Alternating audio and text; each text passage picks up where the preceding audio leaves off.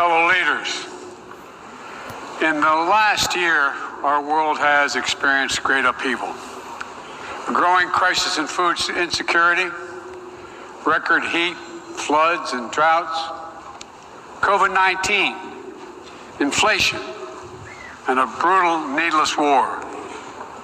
A war chosen by one man, to be very blunt. Let us speak plainly. A permanent member of the United Nations Security Council invaded its neighbor, attempted to erase a sovereign state from the map. Russia has shamelessly violated the core tenets of the United Nations Charter. No more important than the clear prohibition against countries taking the territory of their neighbor by force. Again, just today, President Putin has made overt nuclear threats against Europe and a reckless disregard for the responsibilities of the non-proliferation regime. Now, Russia's calling up more soldiers to join the fight, and the Kremlin is organizing a sham referenda to try to annex parts of Ukraine, an extremely significant violation of the UN Charter. This world should see these outrageous acts for what they are. Putin claims he had to act because Russia was threatened. But no one threatened Russia. And no one other than Russia sought conflict. In fact, we warned it was coming. And with many of you, we worked to try to avert it. Putin's own words make his true purpose unmistakable. Just before he invaded, Putin asserted, and I quote, "Ukraine was created by Russia and never had, quote, real statehood." And now we see attacks on schools, railway stations, hospitals, on centers of Ukrainian history and culture. In the past, even more horrifying evidence of Russia's atrocity and war crimes. Mass graves uncovered in Izium, bodies, according to those who excavated those bodies, showing signs of torture. This war is about extinguishing Ukraine's right to exist as a state, plain and simple, and Ukraine's right to exist as a people. Whoever you are, wherever you live, whatever you believe, that should make your blood run cold. That's why 141 nations in the General Assembly came together and to unequivocally condemn Russia's war against Ukraine. The United States has marshaled massive levels of security assistance and humanitarian aid and direct economic support for Ukraine. More than $25 billion to date. Our allies and partners around the world have stepped up as well. And today, more than 40 countries represented in here have contributed billions of their own money and equipment to help Ukraine defend itself. The United States is also working closely with our allies and partners to impose costs on Russia, to deter attacks against NATO territory, to hold Russia accountable for the atrocities and war crimes. Because if nations can pursue their imperial ambitions without consequences, then we put at risk everything this very institution stands for, everything. Every victory won on the battlefield belongs to the courageous Ukrainian soldiers. But this past year, the world was tested as well. And we did not hesitate. We chose liberty. We chose sovereignty. We chose principles to which every party to the United Nations Charter is beholding. We stood with Ukraine. Like you, the United States wants this war to end on just terms, on terms we all signed up for, that you cannot seize a nation's territory by force. That the only country standing in the way of that is Russia. So we, each of us in this body, who's determined to uphold the principles and beliefs we pledge to defend as members of the United Nations, must be clear, firm, and unwavering in our resolve. Ukraine has the same rights that belong to every sovereign nation. We will stand in solidarity with Ukraine. We will stand in solidarity against Russia's aggression, period. Now, it's no secret that in the contest between democracy and autocracy, the United States and I, as president, champion a vision for our world that's grounded in the values of democracy. The United States is determined to defend and strengthen democracy at home and around the world, because I believe democracy remains humanity's greatest instrument to address the challenges of our time. We're working with the G7 and like-minded countries to prove democracies can deliver for their citizens, but also deliver for the rest of the world as well. But as we meet today, the UN Charter's very basis of a stable and just rule-based order is under attack by those who wish to tear it down or distort it for their own political advantage. And the United Nations Charter was not only signed by democracies of the world, it was negotiated among citizens, dozens of nations with vastly different histories and ideologies, united in their commitment to work for peace. As President Truman said in 1945, the UN Charter, and I quote, is proof that nations like men can state their differences, can face them, and then can find common ground on which to stand, end of quote. That common ground was so straightforward, so basic, that today 193 of you, 193 member states have willingly embraced its principles. And standing up for those principles for the UN Charter is the job of every responsible member state. I reject the use of violence and war to conquer nations or expand borders through bloodshed, to stand against global politics of fear and coercion, to defend the sovereign rights of smaller nations as equal to those of larger ones, to embrace basic principles like freedom of navigation, respect for international law, and arms control. No matter what else we may disagree on, that is the common ground upon which we must stand. If you're still committed to a strong foundation for the good of every nation around the world, then the United States wants to work with you. I also believe the time has come for this institution to become more inclusive so that it can better respond to the needs of today's world. Members of the UN Security Council, including the United States, should consistently uphold and defend the UN Charter and refrain from the use of the veto, except in rare, extraordinary situations, to ensure that the Council remains credible and effective. That is also why the United States supports increasing the number of both permanent and non-permanent representatives of the Council. This includes permanent seats for those nations we have long supported and permanent seats for countries in Africa, Latin America, and the Caribbean.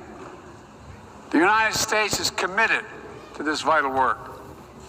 In every region, we've pursued new, constructive ways to work with partners to advance shared interests, from elevating the Quad in the Indo-Pacific to signing the Los Angeles Declaration of Migration and Protection at the Summit of the Americas, to joining a historic meeting of 9 Arab leaders to work toward a more peaceful, integrated Middle East, to hosting the U.S.-Africa Leaders Summit in this December.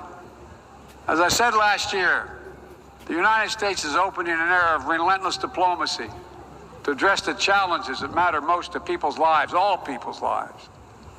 Tackling climate crisis, as the previous speaker spoke to, strengthening global health security, feeding the world. We made that priority, and 1 year later, we're keeping that promise. From the day I came to office, we've led with bold climate agenda. We rejoined the Paris Agreement, convened the major climate summits, helped deliver critical agreements on the COP26, We helped get 2/3 of the world's GDP on track to limit warming to 1.5 degrees Celsius. And now, I've signed a historic piece of legislation here in the United States that includes the biggest, most important climate commitment we have ever made in the history of our country. $369 billion toward climate change. That includes tens of billions in new investments in offshore wind and solar, doubling down on zero-emission vehicles, increasing energy efficiency, supporting clean manufacturing. Our Department of Energy estimates that this new law will reduce U.S. emissions by 1 gigaton a year by 2030, while unleashing a new era of clean energy-powered economic growth. Our investments will also help reduce the cost of developing clean energy technologies worldwide, not just in the United States. This is a global game changer, and none too soon. We don't have much time. We all know we're already living in a climate crisis. No one seems to doubt it after this past year. We meet. Much of Pakistan is still underwater, needs help. Meanwhile, the Horn of Africa faces unprecedented drought. Families are facing impossible choices, choosing which child to feed and wondering whether they'll survive. This is the human cost of climate change, and it's growing, not lessening. So as I announced last year, to meet our global responsibility, my administration is working with our Congress to deliver more than $11 billion a year to international climate finance, to help lower-income countries implement their climate goals and ensure a just energy transition.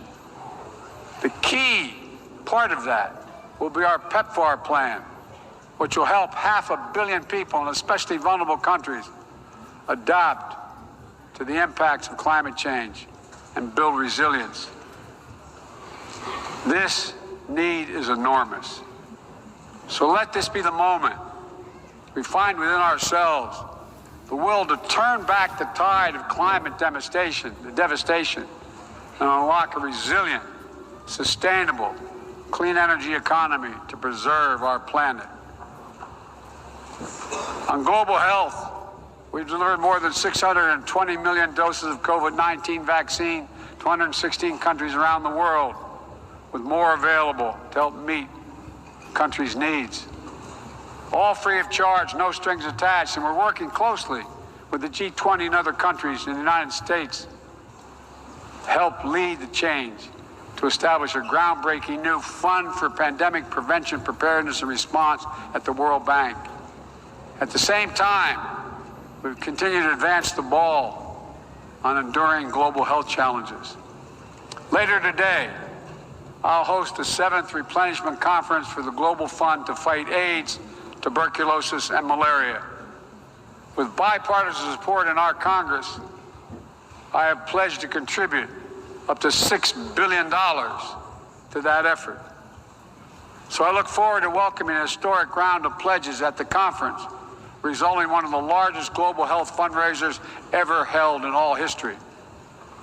We're also taking down the food crisis head on, with as many as 193 million people around the world experience acute food insecurity, a jump of 40 million in a year.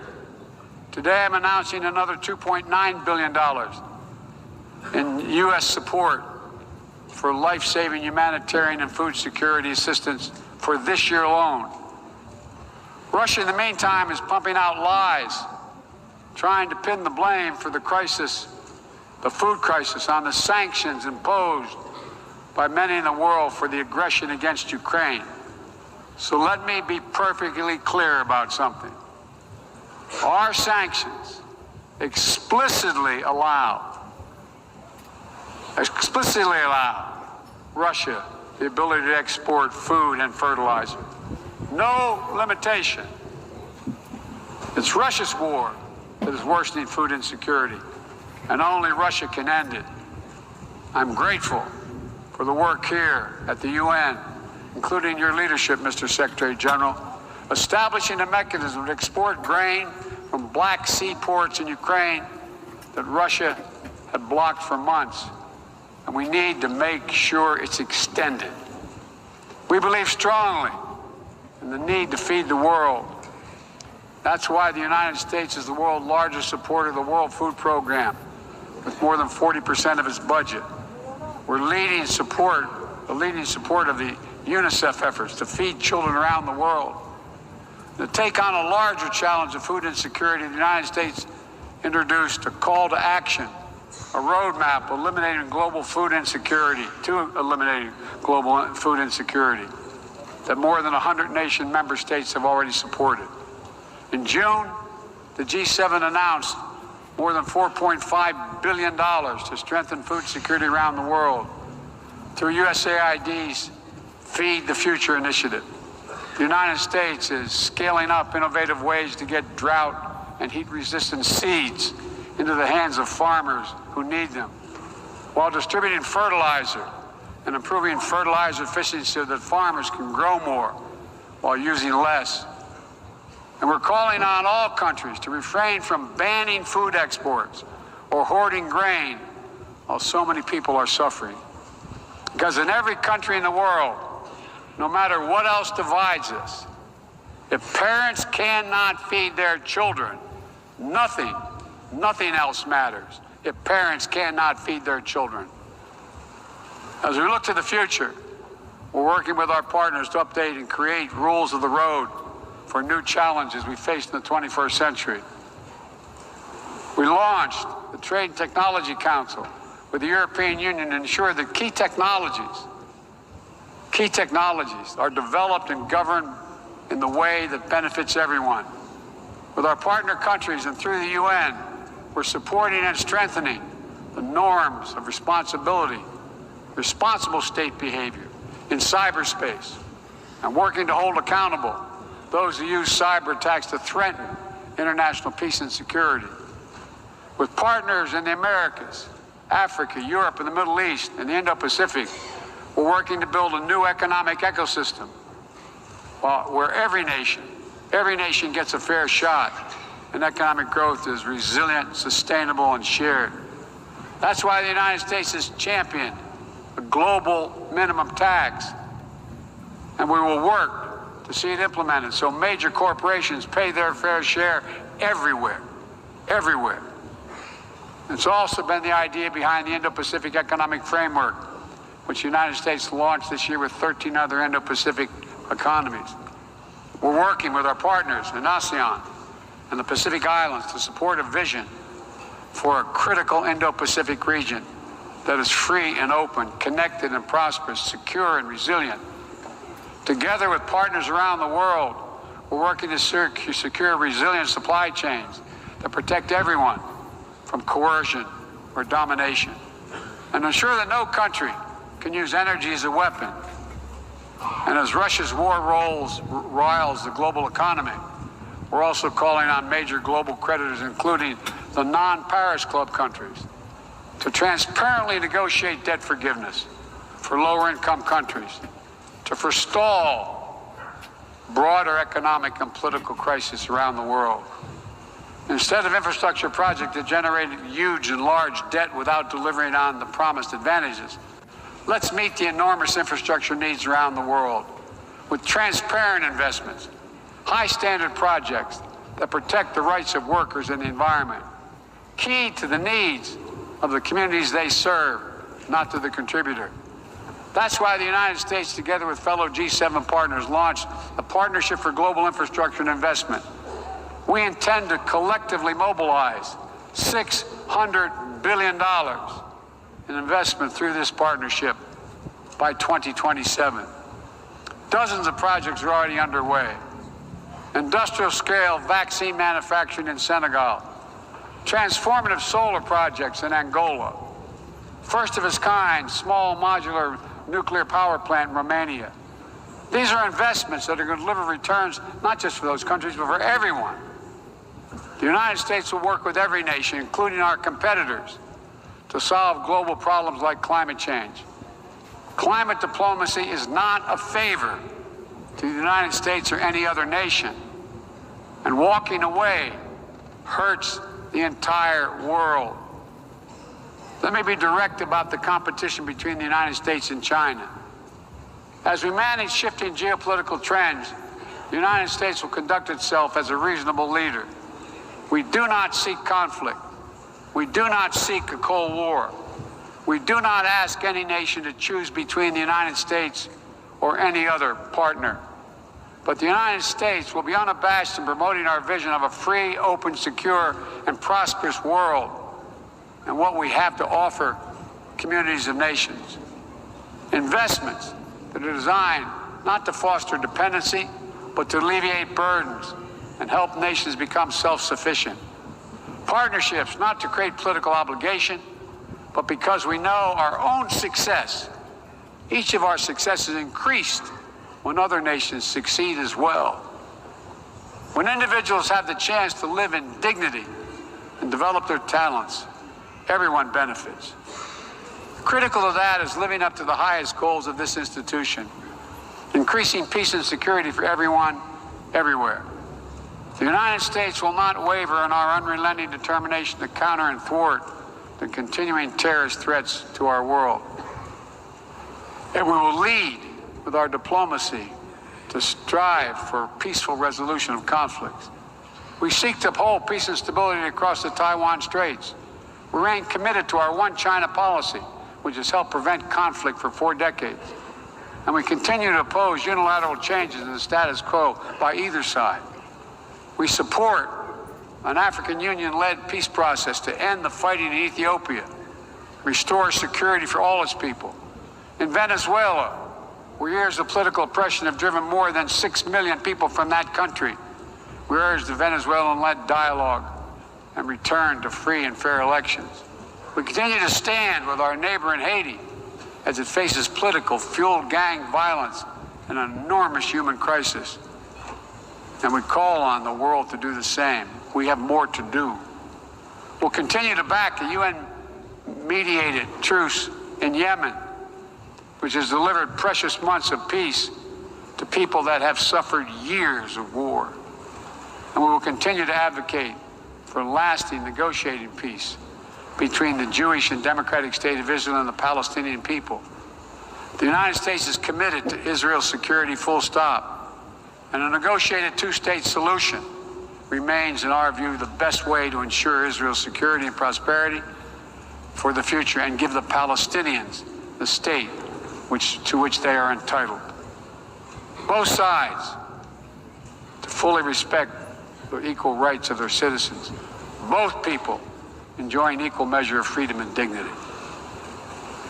Let me also urge every nation to recommit to strengthening the nuclear non-proliferation regime through diplomacy. No matter what else is happening in the world, the United States is ready to pursue critical arms control measures. A nuclear war cannot be won and must never be fought. The 5 permanent members of the Security Council just reaffirmed that commitment in January. But today, we're seeing disturbing trends. Russia shunned the non-proliferation ideals embraced by every other nation at the 10th NPT Review Conference. And again today, as I said, they're making irresponsible nuclear threats to use nuclear weapons. China is conducting an unprecedented, concerning nuclear buildup without any transparency. Despite our efforts to begin serious and sustained diplomacy, the Democratic People's Republic of Korea continues to blatantly violate UN sanctions. And while the United States is prepared for a mutual return to the Joint Comprehensive Plan of Action if Iran steps up to its obligations, the United States is clear. We will not allow Iran to acquire a nuclear weapon. I continue to believe that diplomacy is the best way to achieve this outcome. The non-proliferation regime is one of the greatest successes of this institution. We cannot let the world now slide backwards, nor can we turn a blind eye to the erosion of human rights. Perhaps Singular among this body's achievements stands the Universal Declaration of Human Rights, which is the standard by which our forebears challenged us to measure ourselves. They made clear in 1948, human rights are the basis for all that we seek to achieve. And yet today in 2022, fundamental freedoms are at risk in every part of our world. From the violations in Xinjiang, detailed recent reports by the Office of U.S. reports detailing by the U.S. High Commissioner, to the horrible abuses against pro-democracy activists and ethnic minorities by the military regime in Burma, to the increased repression of women and girls by the Taliban in Afghanistan. And today, we stand with the brave citizens and the brave women of Iran who right now are demonstrating to secure their basic rights. But here's what I know. The future will be won by those countries that unleash the full potential of their populations, where women and girls can exercise equal rights, including basic reproductive rights, and contribute fully to building a stronger economies and more resilient societies, where religious and ethnic minorities can live their lives without harassment and contribute to the fabric of their communities, where the LGBTQ plus community, individuals, live and love freely without being targeted with violence, where citizens can question and criticize their leaders without fear of reprisal. The United States will always promote human rights and the values enshrined in the UN Charter in our own country and around the world. Let me end with this. This institution, guided by the UN Charter and the Universal Declaration of Human Rights, is at its core an act of dauntless hope. Let me say that again. It's an act of dauntless hope. Think about the vision of those first delegates who undertook a seemingly impossible task while the world was still smoldering.